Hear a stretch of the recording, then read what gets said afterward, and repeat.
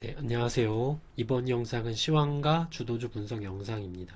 제가 미래에셋증권 실전투자대회를 6주 동안 참가를 했고, 마지막 주에 조금 욕심이 생겨서 매매에 집중을 하다 보니까 영상을 찍지 못했습니다. 이제 오늘을 계기로 다시 조금씩 영상을 찍도록 한번 노력을 하도록 하겠습니다. 일단 시장 같은 경우는 박스권 장세입니다. 그러나 하락 장세 가능성이 60% 이상이 늘어나고 있는데, 보시면은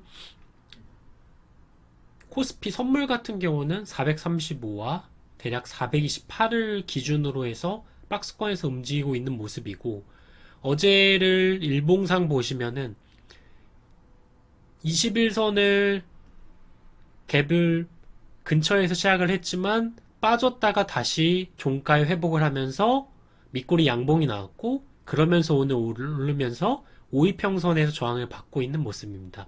다만 여기서 박스권이기 때문에 상단으로 올라가면 올라갈수록 점점 더 비중을 다시 또 줄여야 된다는 것을 생각을 하셔야 됩니다.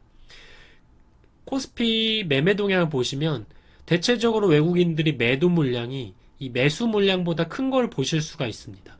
그래서 우리는 어느 정도 대응을 하실 때 외국인들이 아직까지는 팔아먹을 물량이 좀 남았기 때문에 주가가 추세적인 하락이 안 나오고 있지만 언제든지 추세적인 하락이 나올 수 있다는 것을 염두에 두셔야 됩니다. 현재로서는 이평선이 보다 정배열이기 때문에 여기서는 하방보다는 상방이 조금 더 유리한 자리다. 이렇게 생각을 정리를 하시면 될 것 같습니다. 그리고 여기서 이제 삼성전자나 하이닉스를 한번 보시면은 반도체는 박스권 하단에 이탈 가능성이 보입니다. 그래서 삼성전자를 한번 보시면 이렇게 8만원짜리에서 옆으로 횡보를 하고 있는데 중요한 자리였던 이쪽 박스권 상단을 돌파를 못하면서 무너졌고, 여기서 다시 또 어느 정도 지지를 받고 올라가려고 하는 모양새를 보이고 있지만 이때랑 다른 모습은 이평선이 다 위에 있다는 것입니다. 그래서 다시 또 추가적인 하락이 나올 수 있는 가능성을 염두에 두면서 지켜봐야 됩니다. 하이닉스 같은 경우도 마찬가지인데 이때까지는 이평선이 그래도 정배열이었지만 지금은 122평선까지도 역배열로 만들어질 수 있는 모습이기 때문에 추가적인 하락의 가능성이 열려 있다.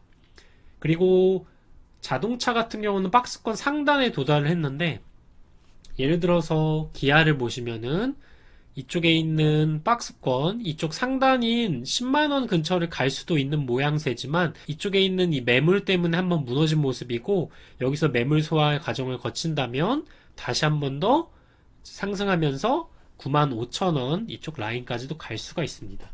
그리고 현대위아 같은 경우가 최근에 가장 셌는데 지금 쌍봉 자리에 어느 정도 다다랐기 때문에 여기서는 이제 눌림이 나오지 않을까 하는 게 제 생각입니다. 그래서 자동차는 박스권 상단에 도달했기 때문에 이제는 더 주지수를 올릴 만한 종목이 좀 힘든 상황이고, 카카오가 그나마 지수를 좀 올릴 수가 있었으나 네이버는 이렇게 5일선을 깨려고 하는 모습이고, 카카오 같은 경우도 여기서 너무 많이 올랐기 때문에 부담스러운 자리입니다. 그래서 새로운 주도주가 나타나거나 아니면 반도체가 박스권에서 다시 상승 하단에서 추세적인 상승이 나오지 않고서는 시장을 위로 올리기가 좀 어렵다. 이 정도 정리하면 될 것 같습니다.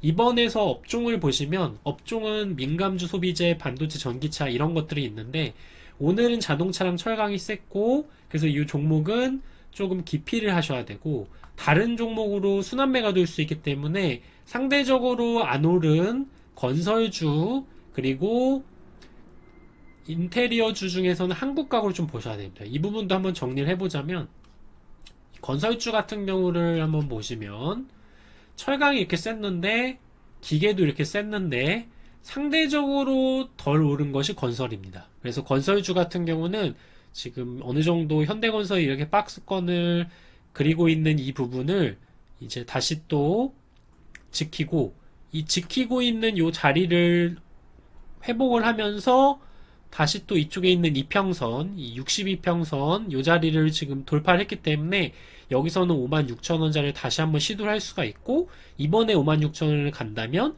이쪽에 있는 음봉시가를 돌파하면서 57,000원, 그래서 월봉으로 보셨을 때 월봉 시가 자리 57,600원까지도 열려있는 자리다.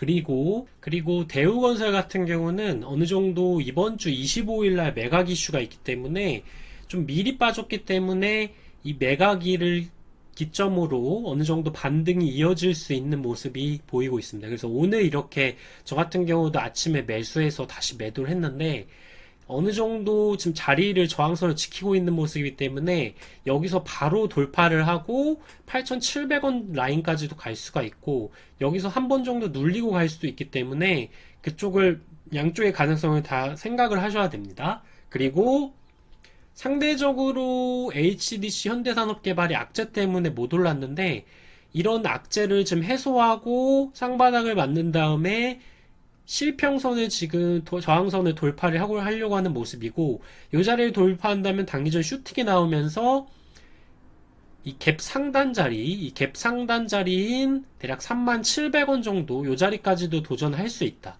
저 같은 경우도 그렇게 예상을 하고 매수를 해놓은 상황입니다. 그리고 요로 정도로 좀 정리를 할 수 있을 것 같고 그리고 조금 눈여겨보셔야 되는 게 제가 테마주 쪽에서 얘기를 하려고 했는데 이 경부고속도로 지하 테마가 있습니다. 그래서 이쪽 지하 테마로 특수건설이나 아니면 KT 서브마린을 보통 생각을 하시는데 우원개발이나 3호 개발도 좀 눈여겨보셔야 됩니다. 이쪽 두 개도 이 지하화 관련돼서 테마를 항상 형성했기 때문에 오늘 3호 개발이 좀 강한 모습인데 우원 개발이나 3호 개발도 어느 정도 눈여겨보시면서 이 종목에서 돈이 들어오는지 여부를 보셔야 된다. 그래서 6월 말에 현재 일정이 있는 걸로 저는 알고 있습니다. 6월 말 또는 7월 초 이 정도의 테마입니다.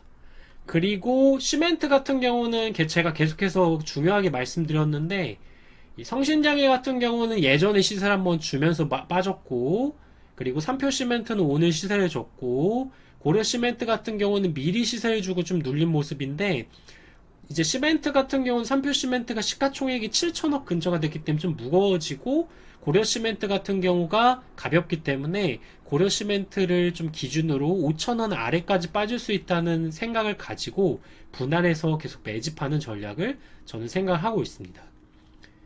그리고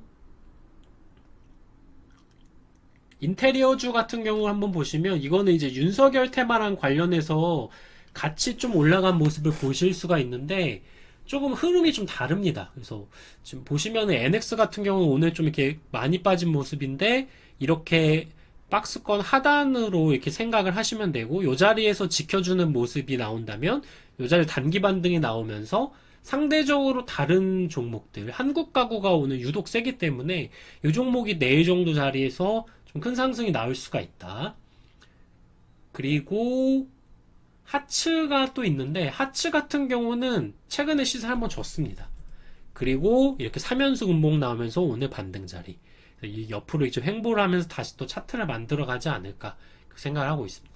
항공여행 소비재 정도 2주 정도 조장이 나와서 이제 매수 자리는 맞는데 이 델타 변이 바이러스의 가능성이 있기 때문에 코로나주랑 반대로 보셔야 되고 예를 들어서 시젠 같은 경우가 양음양 패턴으로 양봉, 음봉, 내일 양봉이 나오면서 이렇게 122평선까지 상승하는 모습이 나온다면 이런 하나투어나 이런 종목 한 번 더 빠질 수가 있습니다. 그래서 78,000원 정도까지 빠질 수가 있고 대한항공 같은 경우도 그런 식으로 한 번 더 빠질 수가 있다. 그래서 이런 델타 변이 바이러스랑 관련해서 항공주, 여행주는 좀 조심하셔야 되고 반대로 호텔신라 이런 종목들 같은 경우는 이렇게 박스권 하단을 지켜줬기 때문에 다소 안정적인 모습이라고 생각하시면 됩니다. 항공여행 소비재는 2주 정도 조정, 다만 이제 요 코로나주랑 같이 보셔야 된다. 그리고 정치 테마주 대북주는 제가 나중에 또 시간이 될 때 그때 한번 또 말씀을 드리는 게 좋을 것 같은데 일단 정치 테마주를 먼저 말씀드리자면 지금 윤석열주가 시장의 현재 중심이고 최근에 최재형 관련주가 큰 상승을 했는데 최재형 관련주는 어느 정도 이제 큰 상승을 했기 때문에 다시 또 윤석열주로 돈이 들어갈 수가 있고 그리고 이재명 관련주가 또 있습니다. 이재명 관련주나 윤석열 관련주는 6말이나 7초에 대권 선언을 할 수 있기 때문에 이 정도 자리에서 단기적인 슈팅이 나올 수가 있고 이 슈팅이 나오고 나서 인맥주는 지고 정책주로 갈 수 있기 때문에 저희 같은 경우는 지금 윤석열 정책주라고 제가 보고 있는 이런 종목들 계속해서 눈여겨보셔야 됩니다. 그리고 반대로 인맥주 같은 경우 좀 조심을 하셔야 된다고 생각을 하시면 될 것 같습니다.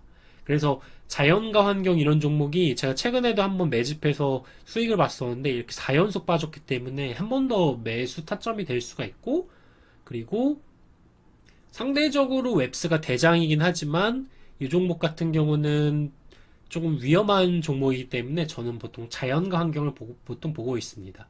그래서 이렇게 정책주를 좀 보셔야 된다. 그리고 이재명주 같은 경우는 카스가 대장이기 때문에 이 카스랑 이스타코 정도를 보시면 될 것 같습니다. 네, 그러면 여기까지 마무리를 하도록 하겠습니다.